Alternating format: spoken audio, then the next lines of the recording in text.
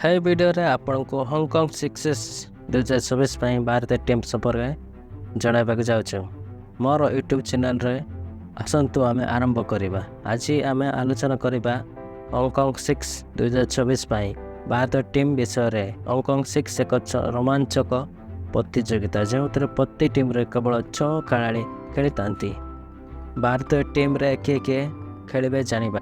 रवीन उत्तपा 3 दशक अधिक अनुभव सह यही टीम रे नेतृत्व करेंगे। केदार यादव, मनोज तिवारी, शाहबाज नदीम, स्टुअर्ट बिनी, भारत और श्रीवत्स गोस्वामी अच्छा। यह एक रोमांचक टीम अच्छी जो निजे खेलार एक अलग शैली थाईपे। प्रतियोगितार नियम और फॉर्मेट। यह प्रतियोगितार प्रति दल को केवल 5 ओवर खेलने को दि जाए और प्रति खेलाड़ी कम रे 1 ओवर करने को पड़ो। हांगकांग 6 चमत्कार क्रिकेट मुकाबला आरंभ एवं नवेम्बर 1 तारिख रे जो भारत प्रथम मैच पाकिस्तान सहित ए समय 3 दिन पर्यंत चली।